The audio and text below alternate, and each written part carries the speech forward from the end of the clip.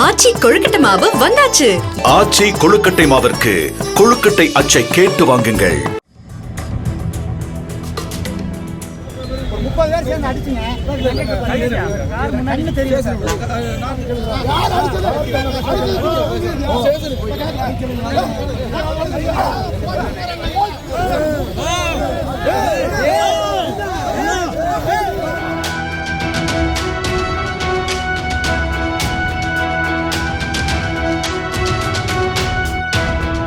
திருப்பூரில் சாலையில் சென்ற வாகனங்களை இடிப்பது போல வேகமாக சென்ற தனியார் பேருந்தின் ஓட்டுநர் மற்றும் நடத்துனரை வாகன ஓட்டிகள் சுற்றி வளைத்து தாக்கிய நிலையில் அவர்களை போலீசார் மீட்டனர். கோவையில் இருந்து திருப்பூர் வந்து கொண்டிருந்த சாந்தாமணி என்ற தனியார் பேருந்து அதிவேகமாக இயக்கப்பட்டதால் டிகேடி பேருந்து நிறுத்தம் அருகில் வழிமறித்து மற்ற வாகன ஓட்டிகள் வாக்குவாதத்தில் ஈடுபட்டனர். அப்போது ஓட்டுநர் மற்றும் நடத்துனர் அலட்சியமாக பேசியதால் அவர்களை பொதுமக்கள் தாக்கியதாக கூறப்படுகிறது.